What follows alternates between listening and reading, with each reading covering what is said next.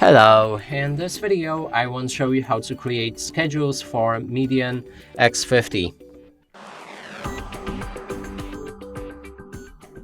To do this, first we'll need to click on More right here inside the app. Then there's a schedule. Now you can click on Add.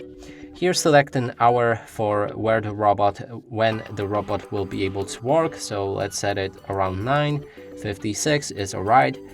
Then repeat. You can change when it will repeat this action. And here select one of the day of the week or select all of them. Then we can go back, change the cleaning mode between sweep only, mop only, sweep and mop, or auto.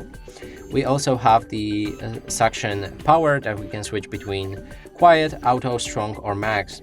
There's also room sequence, so if you have any mapping in your robot already, you can do auto cleaning or select the specific room that you want to clean. And after that, click on save and your schedule will be set. And that's it for this video. Hope you like it. Please consider subscribing to our channel, leave a like and a comment below.